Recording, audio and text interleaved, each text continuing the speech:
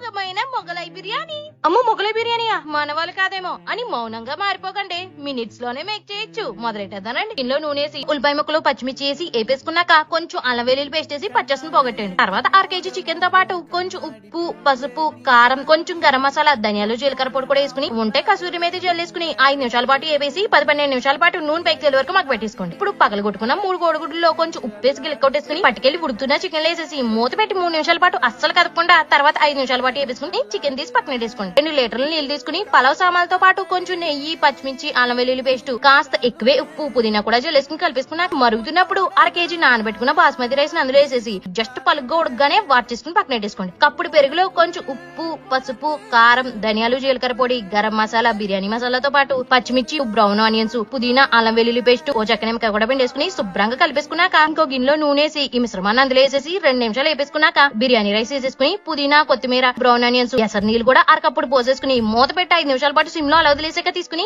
శుభ్రంగా కలిపేసుకుని ఒక గిన్నెలో ఏబిన జీడిపప్పుతో పాటు వండేసిన చికెన్, బిర్యానీ, మళ్ళీ బిర్యానీ లేయర్స్ కింద వేసేసుకుని తిప్పేసుకుని తవ్వుకుని తింటే ఉంటదండి. మొగలి రేకులు సీరియల్ మళ్ళీ మొదలైనంత మెమరీ